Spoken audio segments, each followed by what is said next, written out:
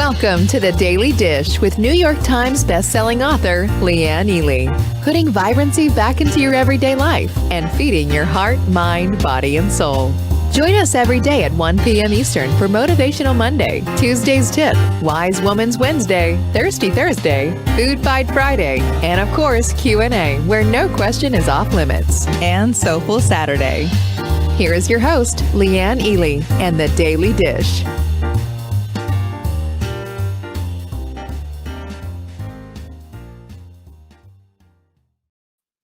And we're here. We're here for Thirsty Thursday, and so are you. I see Catherine, Emily, Nancy, and Vanessa all in the house. Thanks so much for showing up.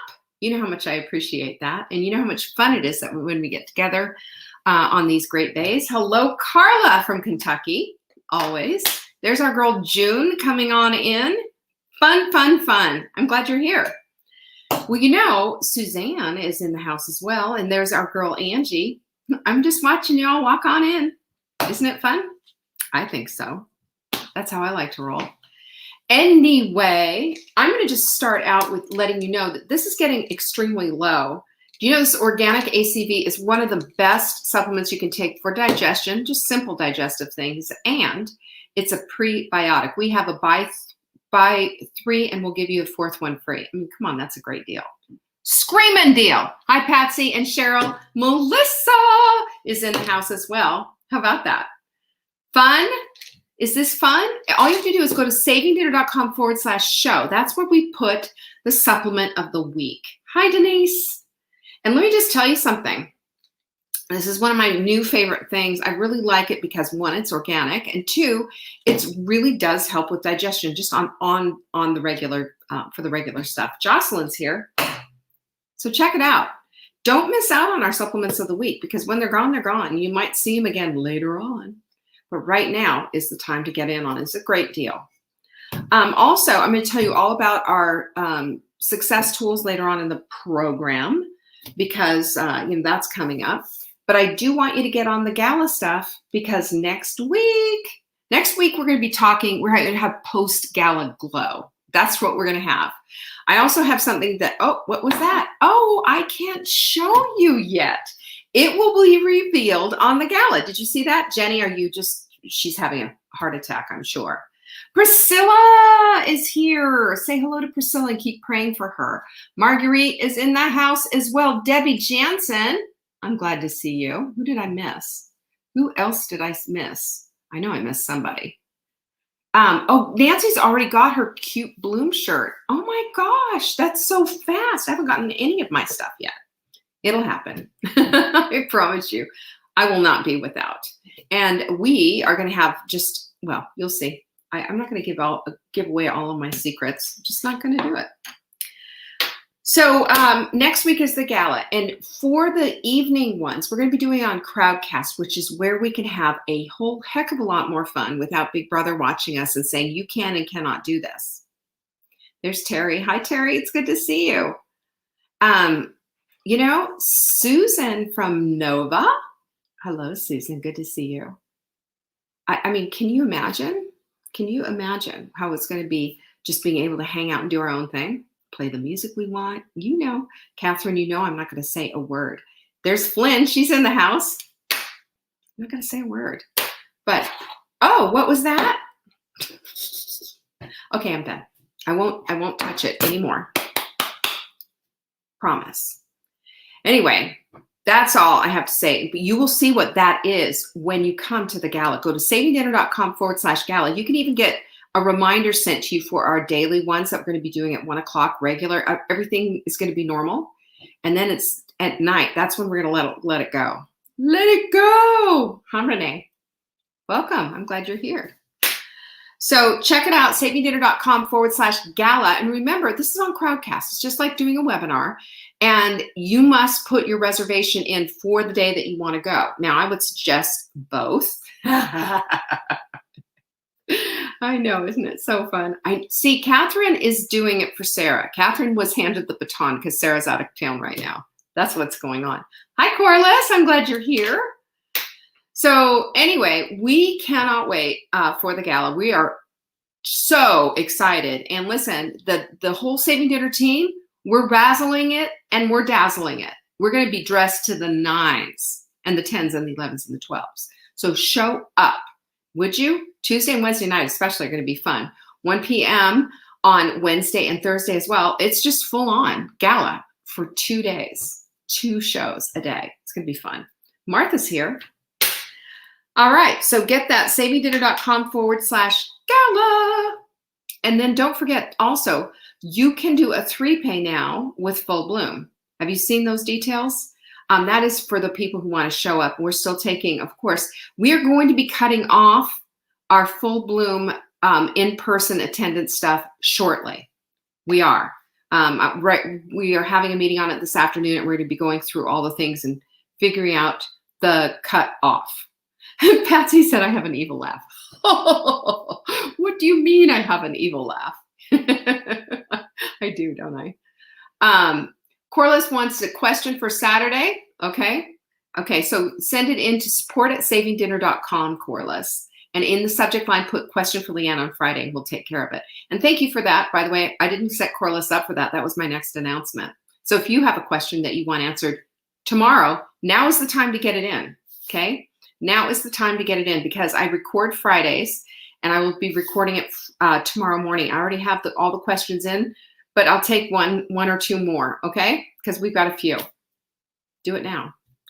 Patsy, I'm not going to spill the beans, honey. Hi, Lynn. I'm glad you're here. It's not happening. I have so much self-control. No, I don't. I have none. Zero. Zip.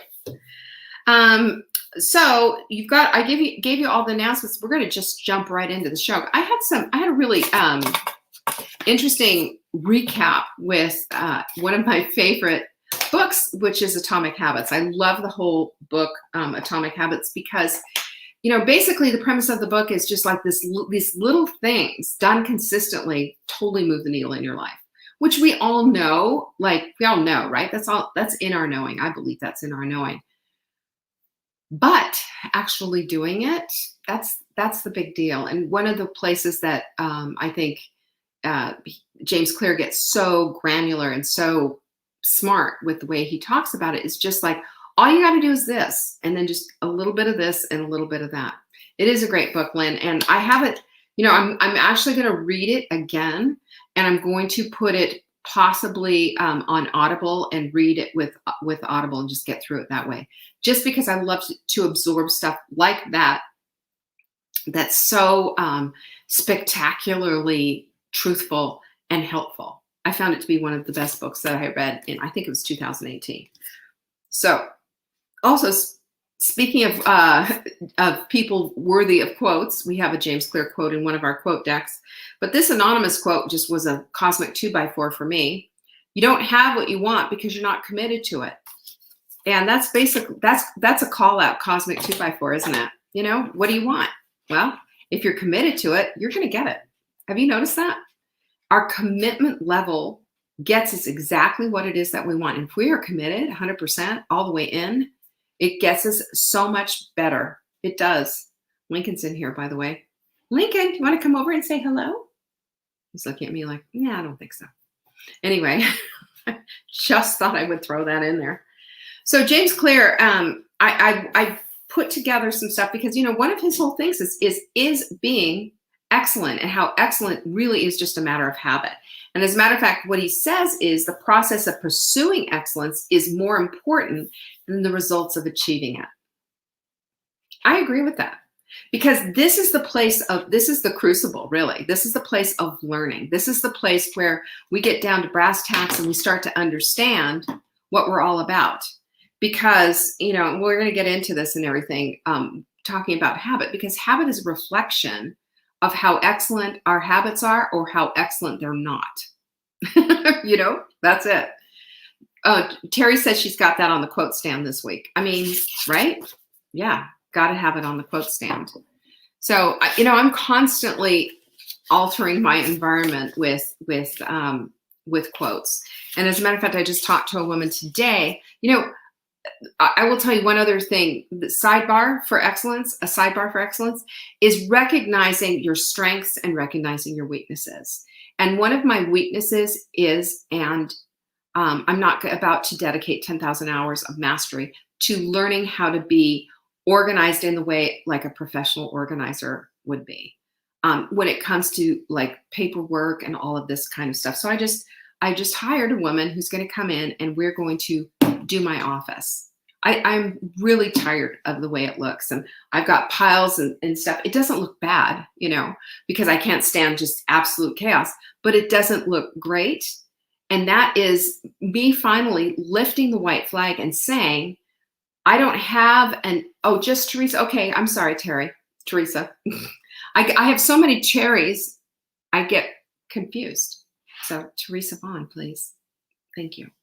Then there's Teresa. I think I'm saying it right, which I think is such a pretty name. I always say that. But anyway, back to this whole thing on habit. The habit that we have, all these habits that we have are going to reflect our absolute embracing of excellence or a reflection of excellence being missing in action. Isn't that interesting? So another James Clear quote, which I thought was so interesting: the only way to become excellent is to become endlessly fascinated by doing the same thing over and over. You have to fall in love with boredom. That's a cosmic 2x4 right there, isn't it? Because essentially, and I find myself in that place. I know you do too, especially when it's like, oh, it's time. Here it is, same day, and it's time to do X, Y, and Z. It's time to do my exercise, or it's time to do my 4-minute workout. It's time to fill my hydration station up. And sometimes I'm just like, do I really want to do this? And oh, well, I didn't get that other bottle, but I'll get it later. And then it doesn't happen. It doesn't happen. That's the thing that's interesting. Finding ourselves in this place of understanding that habit is the name of the game. It really is the name of the game. And that it is an absolute reflection on what our habits reflect. It could be not excellence, or it could be excellence. I think we need to evaluate that. So 40 to 50% of our daily life is, get this, I found this to be very interesting, it's habitual. Did you know that? 40 to 50% of our daily life is habitual. We habitually turn on the TV, after dinner. We habitually, empty the dishwasher first thing in the morning. We habitually do things, start the coffee. Think about all the habits that you have, and do they reflect the life that you want to live? Do they reflect vibrancy? And that's the whole thing. We have to, we all have habits, and we just have to evaluate, are mine excellent? Some of them are just like habits, right? Just, I don't know, coffee is a habit. It's a ritual. It's something that I really enjoy and love. And do I need to evaluate that? No, I pretty much got that one down. But next, what is your habit? What is that? Where are the habits falling down? Where is the habit that needs a little more propping up? Those are the things that we need to be looking at. And we all have them. Are yours excellent? Sean Covey, son of Stephen Covey, he says your habits will either make or break your life. He's right. They will make it or they will break it. We all know what it feels like to have to get rid of a bad habit, right? Ever been a smoker? Ever been, had a really bad habit, or nail biting or something like that? It is all in this intensity that goes into breaking a habit, didn't go into making it. It was pretty simple to get hooked on cigarettes or to start biting your nails when you're feeling slightly stressed or whatever. And then it becomes habitual. Habitual and a bad habit, and something you don't want in your life. And breaking it is a whole lot harder than it was for making it. So we have to constantly evaluate that. And again, where our energy goes, we know that where energy flows, that's where our life goes, right there. That's where your attention goes. That's the thing that sets you up for everything that you want in your life. Look at that. Emily says, and now my hydration prep is just muscle memory now. Thank goodness. And that's the goal, is to take these good, fabulous habits, right? And make them and create them to be just, this is part of what we do. It's just as ritualistic, if you will, as making your coffee first thing in the morning. And I do this every single day. I lay my exercise clothes out every single day. There is not an opportunity where I don't have them on. So that's just everything. That is just everything. But we all have habits. So look at your habits and evaluate them. Number 2, you can hack those habits to be excellent, by the way. And Emily or Teresa just said that. She moved things around in her kitchen so I don't put sugar in my coffee. That's exactly my point. She hacked a habit of making coffee and moved the sugar so it's out of her peripheral. We talked about that a lot yesterday. And you know what happens? She doesn't put sugar in her coffee anymore. She's broken that habit simply by putting that habit, like Juanita said, to work for you. It's a simple thing, but it's something that has to be applied. It's something that, we want to get to this place where it's just second nature, but it takes a minute on the front side of it. And we have to, it's just like going boom, boom, boom, boom, boom, like learning. And now it's like, okay, got this. One of the problems is, that as we're going through this whole thing, and I'm almost done with my book that I've been reading, my 30-day book. And I had a couple of days off, when we had friends and stuff here. But my book that I'm almost done reading, the High Performance Habits, it talks about all of this stuff. And it talks about how we just don't want it to be hard. We want it to be easy. And I say, well, of course we want it to be easy. But if we're always looking for the easy way out, we're never going to get to this place of having this life created that we want. Vibrancy doesn't come from easy or convenient. Think about food, really. Think about food. The comparison is absolutely it. Both things fast food feeds you, and so does a good, healthy, mindful meal feed you. They both feed your stomach or put them in there. The difference is, what's the output? 100% inflammation and almost no nutrition and all kinds of problems because of that, versus a mindful meal that's going to feed your body, heart, mind, and soul, and make you feel good. There's a big difference. So, and we're going to be talking about that. But again, it's about the process of pursuing excellence. It's more important than what you're going to get at the end. Because if you can build really good habits versus just kind of getting through and muddling through and what have you, and just, kind of one day you're in and the next day you're out, that's exhausting mentally. Just make a decision. If you're 100% in, that is easier to do. And that little climb up the mountain to get there is not as hard and not as difficult. So that's really important. And you can hack your habits to be excellent. And Aristotle said excellence is an art won by training and habituation. Don't you love that? I think that's such a great thing. It is training. It is habituation. It is everything that we do. It is getting bored with this. But excellence isn't always about like bursting through and winning first prize and breaking the ribbon. And it's not the grand moments in life. It's all the little moments in life. That's what excellence is. A string, if you will, of habits like pearls, and then you get a beautiful pearl necklace at the end, all those beautiful habits all strung together. That's what makes it up. So excellence then, number 3, is it's not an exception, it's a prevailing attitude. That's what Colin Powell said. It's not an exception, it's a prevailing attitude. It's that, what am I doing here? I am making coffee. How am I going to make it? Excellence.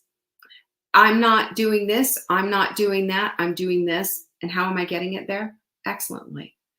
Oh, Teresa, yes, I remember we had that. I remember we had that. What did June say? Put a flower in the vase next to your station, Teresa, and then maybe a bit more fun. Oh, that's so good. I love that. Yeah, making things better is what we do. And we have don't we have such creativity? I mean, I rest my case. Look at what June just said. Isn't that a lovely idea? And we can do things that light us up. Everything doesn't have to be punishment. It might be hard. It might be a struggle. It might take effort. It might be, this is, not easy. But anything worth achieving has that all with it. But it doesn't have to be torture. Okay? Getting that hydration station set up at night and putting a flower out to remind yourself, that's beautiful. Of course. That's saying you're worth this. And look at this flower blooming because of the water. Do this for yourself. This is how we become in full bloom. Ooh, look how that all connected up. Gwen, we're just glad you're here. Nice to see you.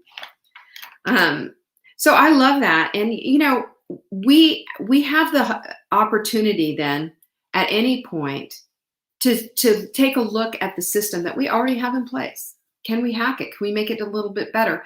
Can we put a flower out to remind ourselves to set up the hydration station? Can we use things that were already in place?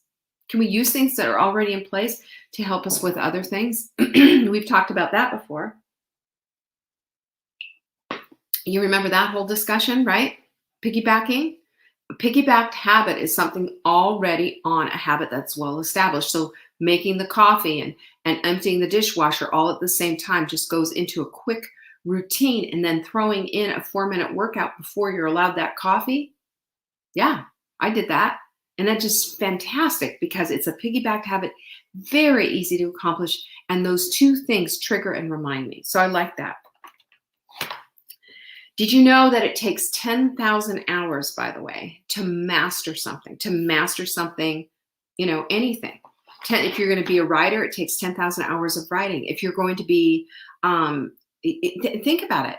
Anything that you want to master and know, it takes hours and hours and hours. You who are all crafty and brilliant hand stitchers and crocheters and knitters, and you've seen the quality of your work from when you first started versus 10,000 hours later.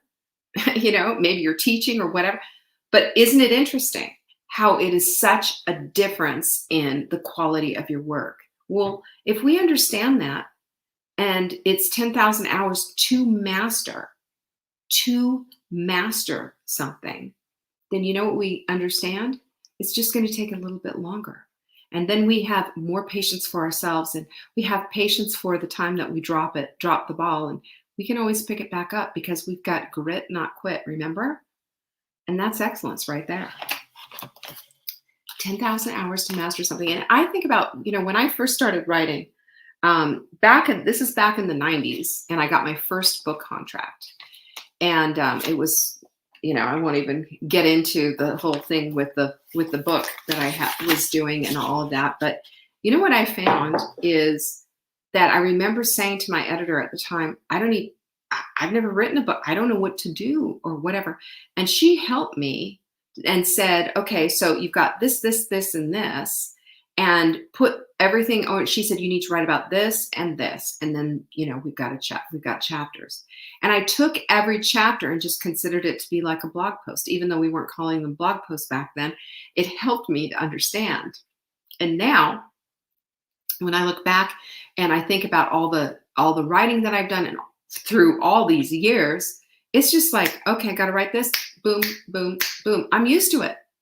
And I believe I have mastery over it. And I'm always willing to learn more, of course, but I believe I do. I believe I understand the mechanics of what it takes to be a good writer. It's not nearly as brain breaking as it used to.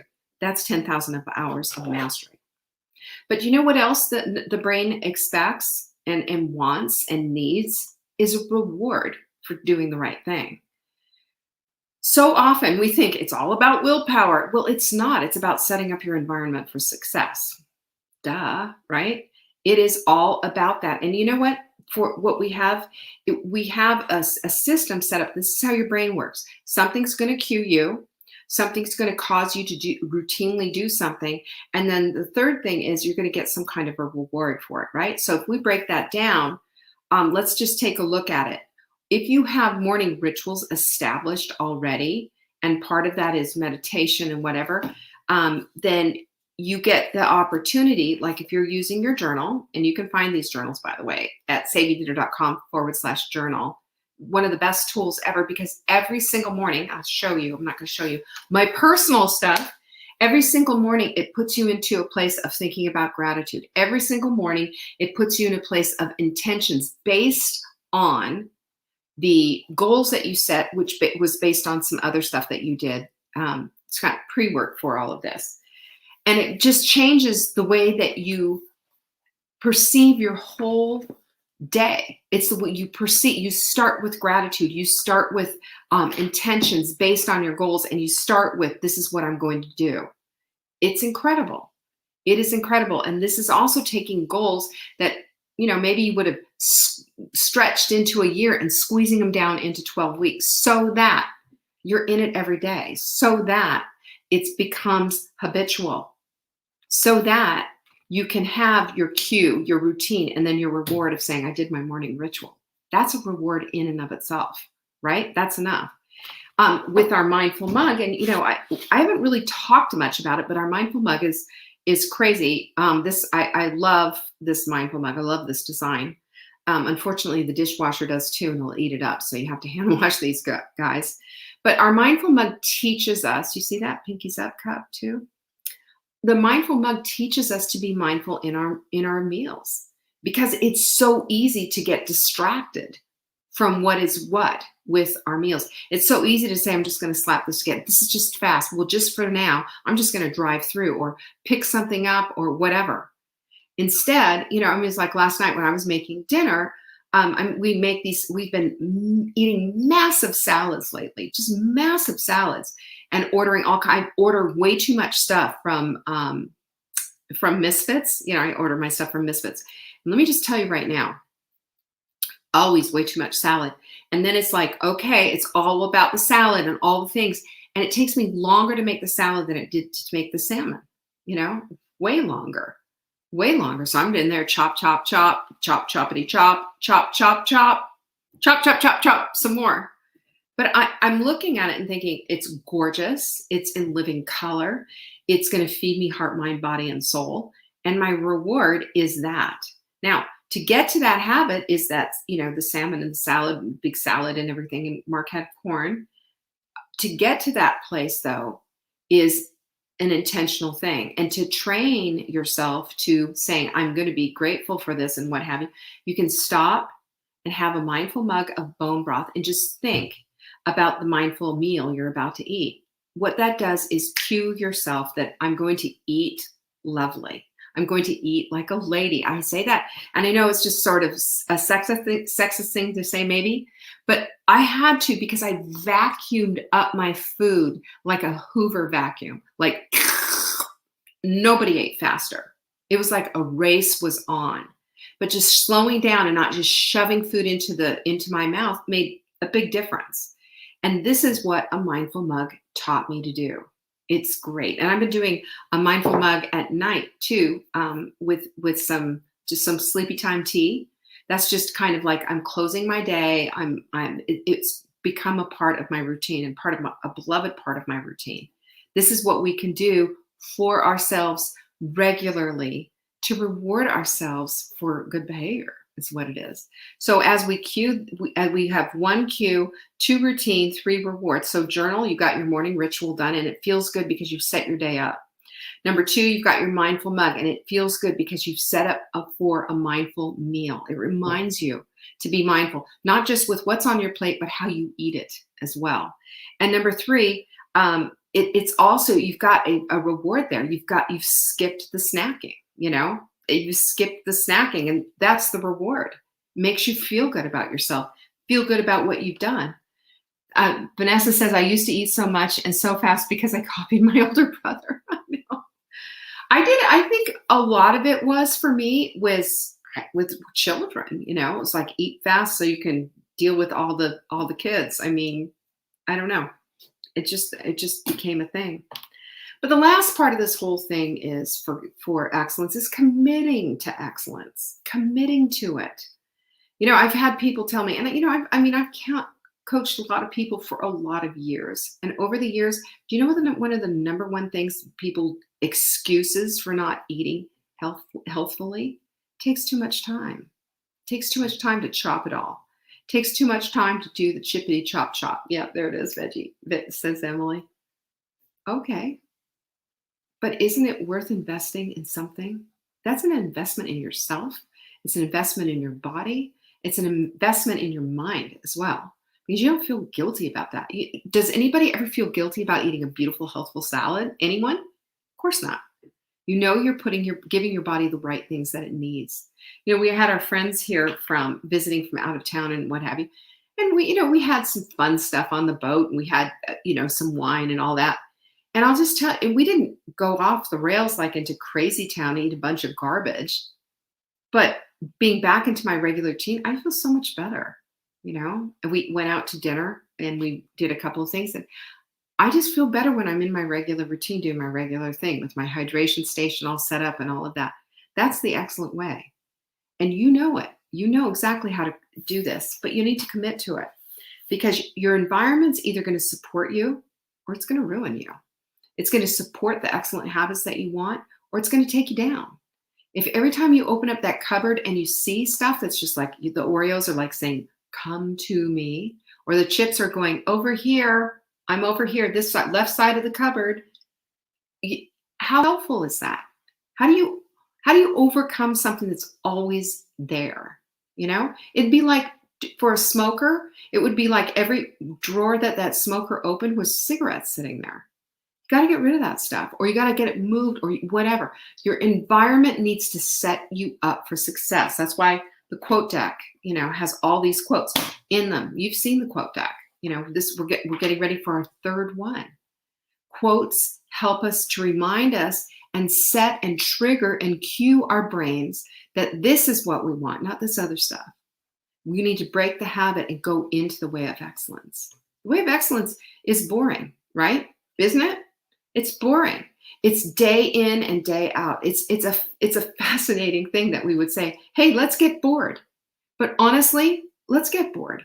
Let's do the same thing day in and day out. I didn't want to get on the bike yesterday. I'm just like, I don't want to. I thought, well, I'll commit to 15 minutes. And then I see a ride that I wanted to do, and it was the happy mood ride. 20 minutes. I did it, and then I didn't finish. I had so much stuff going on yesterday. I did not finish, and it was arms day yesterday. And I said, I'm just going to go downstairs, let the dishes sit for a minute, and go take care of this. And I just went and did my stuff. So everything got done. Did it go the way I wanted it to go during that day? No, but it got finished is the point. And that's where perfectionism comes in and say, well, you didn't do it. You're supposed to do it at 2:00 and you didn't, or whatever. We can allow for things. And if it doesn't work, we can say, okay, so that didn't work out. Where can I fit this in? You see how that works? That's the excellent way. And that's the way that's going to basically separate the goats from the sheep. And that's going to make all the difference in the world to you getting things done. Do you love this? It's so good. The excellent way. And don't forget that this is the only way to excellent is to become endlessly fascinated by doing the same thing over and over again. You have to fall in love with being bored. I don't know about you, but pinkies up. I love being bored. Hope that was helpful for you. Thank you so much for joining me today. And if you found this helpful, share it, would you? And I will see you tomorrow for Q&A. And don't forget your questions, send them in, support@savingdinner.com. And a question for Leanne on Friday goes right there in the subject line. Meanwhile, Full Bloom, it's going to be gone very soon. savingdinner.com/bloom. Go get your Full Bloom tickets. Peace be with you. Thanks for watching. You can find us on YouTube on the Saving Dinner channel or on the Saving Dinner Facebook page. Check back daily for new episodes, Monday to Saturday at 1 p.m. Eastern. If you missed the live show, you can watch the replay. Until next time, pinkies up.